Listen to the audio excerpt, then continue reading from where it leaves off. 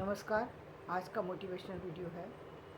किसी विशेष कारण से आपकी एक्सपेक्टेशन का सही परिणाम नहीं निकलता, सही उसका जो रिजल्ट आना चाहिए वो नहीं आ पाता। वो कौन से कारण होते हैं? देखिए, पहली बात, आपने यदि एक्सपेक्टेशन गलत जगह से लगाई है, गलत परिणाम सोचा है, गलत चीज़ों के द्वारा सोचा है, तो आपकी एक्सपेक्टेशन कभी फुलफ़िल नहीं हो सकती। कौन सी चीज़ है? जैसे आप इस तरीके से समझ सकते हैं कि आप किसी परीक्षा में बैठे नहीं हैं, लेकिन आप चाहते हैं कि वहाँ से आपको रिज़ल्ट जो है वो मिल जाए, किसी भी तरीके से आपको वो डिग्री मिल जाए, तो वो डिग्री नहीं मिल सकती। और इन केस वो डिग्री मिल भी जाए, किसी विशेष कारणवश कोई आपको दे भी दे, तो आप उसका यूज़ नहीं कर सकते, तो क्या फ़ायदा हुआ? यूज़ नहीं कर सकते ना। आपको मान लो पीएचडी की डिग्री किसी ने दे भी दी, आपने नहीं की पीएचडी और आपको डिग्री मिल गई, उस डिग्री का क्या परिणाम निकलेगा? पहली बात तो आपको कुछ खुद को नहीं पता कि आपने किया क्या, पहली बात। दूसरी बात, जहाँ से आपको वो डिग्री दी गई है उसकी कोई वैल्यू ही नहीं है। वैल्यू इसलिए नहीं है क्योंकि जो गलत चीज़ होती है उसको आप कैसे आप उसको सही साबित कर सकते हैं? नहीं साबित कर सकते, इसलिए उसका परिणाम भी आपको नहीं मिलेगा। तो यानी रिज़ल्ट भी आपको बराबर से नहीं मिलेगा, सिर्फ दिखाने के लिए हो सकता है। जैसे कि आपने पहले समय में देखा होगा कि कुछ लड़कियों की शादी के लिए या कुछ लड़कों की शादी के लिए, और उनको उनको बता दिया जाता था कि इन्होंने ये डिग्री हासिल कर रखी है, इन्होंने ये पोस्ट हासिल कर रखी है, ये परिणाम हासिल कर रखा है, और उसका रिज़ल्ट बाद में गलत होता था क्योंकि वो सच तो था नहीं। तो सच का तो पे से तो पर्दा तो हटता ही है, और वो उसका परिणाम मतलब दोनों तरफ से व्यक्ति जाता है। एक तो आ, मतलब जो सम्मान खो देता है, दूसरी बात उसका परिणाम ना उससे कोई योग्यता से कोई कभी कुछ ज़िंदगी में कुछ हासिल कर सकता है, तो उस डिग्री उसकी वो अपेक्षा भी गलत है। वो आपकी जो एक्सपेक्टेशन थी उस डिग्री से जुड़ी हुई, वो गलत थी। आपकी एक्सपेक्टेशन उस समय फुलफिल होती जब आप उस डिग्री की तैयारी करते।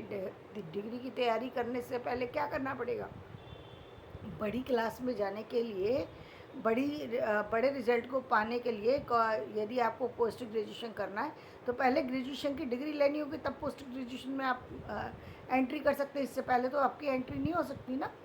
तो आपको वो सारी चीज़ें कंप्लीट करनी पड़ेंगी, तब आपको जा कर के वो मिलेगी। लेकिन जो भी हो, वो चाहे आपका परिणाम, आप चाहे थर्ड डिवीज़न में ही पास क्यों ना हुए, लेकिन वो आपका परिणाम तो है।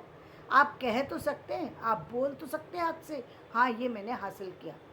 अच्छी बात तो यही है कि आपका बहुत अच्छा परिणाम आता, लेकिन किन्हीं कारणों से कई बार रह जाता है।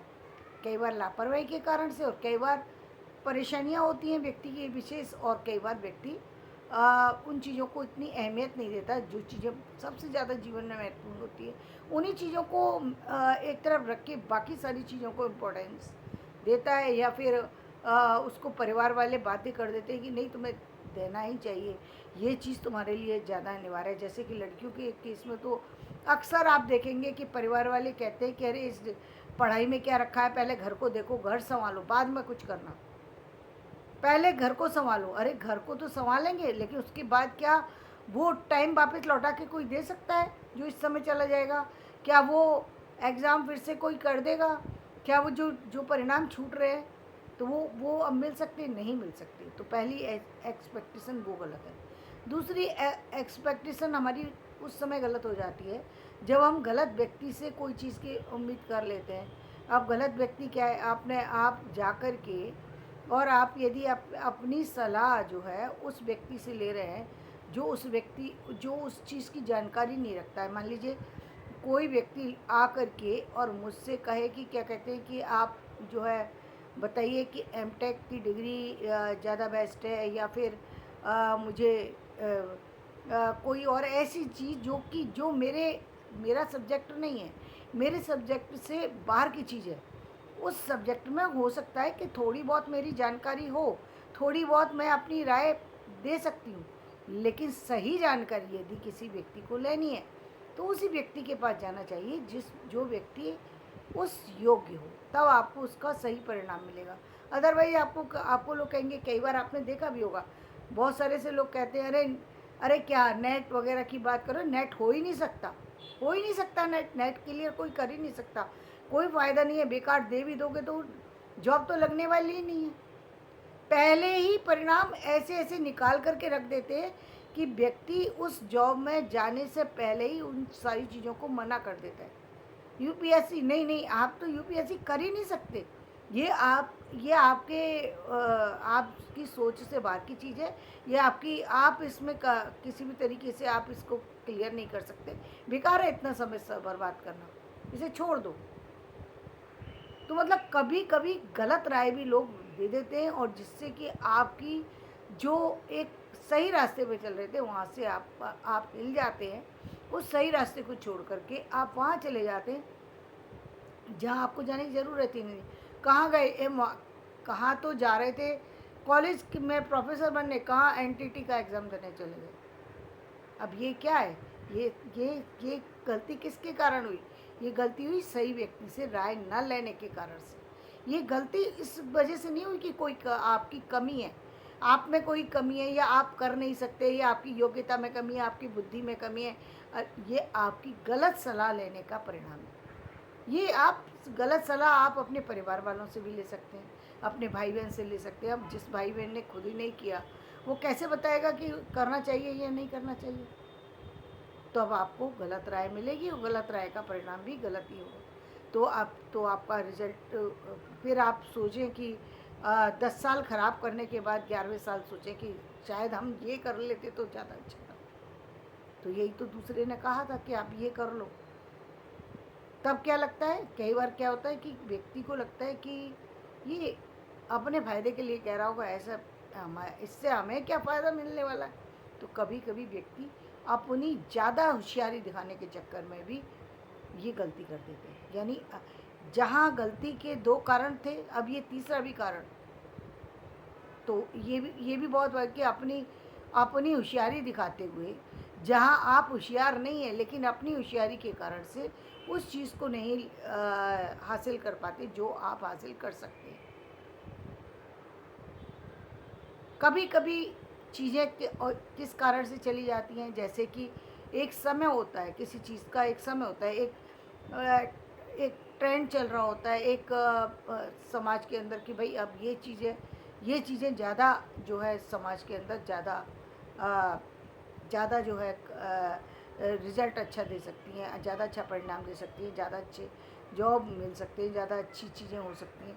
लेकिन व्यक्ति उस ट्रैक को छोड़ करके दूसरे ट्रैक पर चला जाता है, जो उसका असली ट्रैक है, उसको वो चाहता है। तो जैसे कि आपने देखा जब भी कीर्ति सर खुद कहते हैं कि मैंने यूपीएससी का एग्ज़ाम दिया था, सोचा तो यही था कि मैं वहाँ पर चला जाऊँ, लेकिन वहाँ देने के बाद मुझे लगा कि मैं इसके लिए सही बना ही नहीं हूँ। मुझे तो टीचिंग में मतलब मेरी जो रुचि है वो टीचिंग में है, तो वो काम मैं उसमें मैं कर ही नहीं पाऊँगा, ये करूँगा तो मैं वो परिणाम नहीं दे सकता जो परिणाम दूसरों से मिल सकते हैं।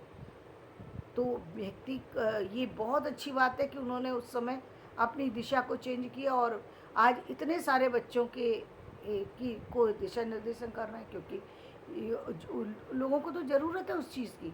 ऐसे लोग मिलते कहाँ हैं, नहीं मिलते। बहुत योग्य हैं, बहुत सारी चीज़ें हैं जो तो उन सारे लोगों को सही दिशाएं देने के लिए ऐसे लोगों की ज़रूरत होती है। तो कई बार व्यक्ति अपने उस ट्रैक को चेंज करके दूसरी तरफ आ जाता है, कई बार नहीं आता और उसी पर चलता रहता है।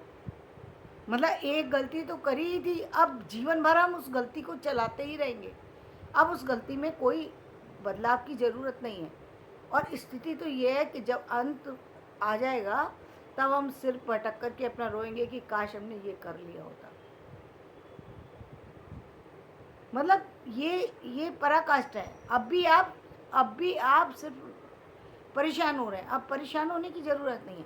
बेशक आपको डिग्री नहीं मिल सकती, क्योंकि या डिग्री मिल भी जाए तो उस डिग्री की कीमत नहीं है। यानी मान लीजिए आप 70-80 साल की एज में आपने पीएचडी कर ली तो डिग्री तो मिल जाएगी आपको, आपको डिग्री मिल जाएगी। जो जो आपने एग्ज़ाम दिया उसकी डिग्री तो आपको मिलेगी, लेकिन उस डिग्री के बाद जो आपको उससे बेनिफिट होने चाहिए वो सारे बेनिफिट आपके पास आ ही नहीं सकते, क्योंकि आपकी उम्र निकल गई। अब आप अप्लाई करेंगे तो भी कितने समय तक कर पाएंगे काम या नहीं कर पाएंगे। पहली बात तो आपको जॉब मिलना, जॉब ही जो हमारे यहाँ का सिस्टम है उसमें तो जॉब ही मिलना मुश्किल है कि 70 साल के व्यक्ति को पीएचडी के बाद भी प्रोफेसर बना दिया जाए। ये हाँ हो सकता है कि इग्नू में, लेकिन इग्नू में भी जो ट्रेंड है उसमें भी ये कहा जाता है कि भाई 10 साल का आपको लेक्चरशिप का अनुभव होना चाहिए। वो कहाँ से लाएंगे?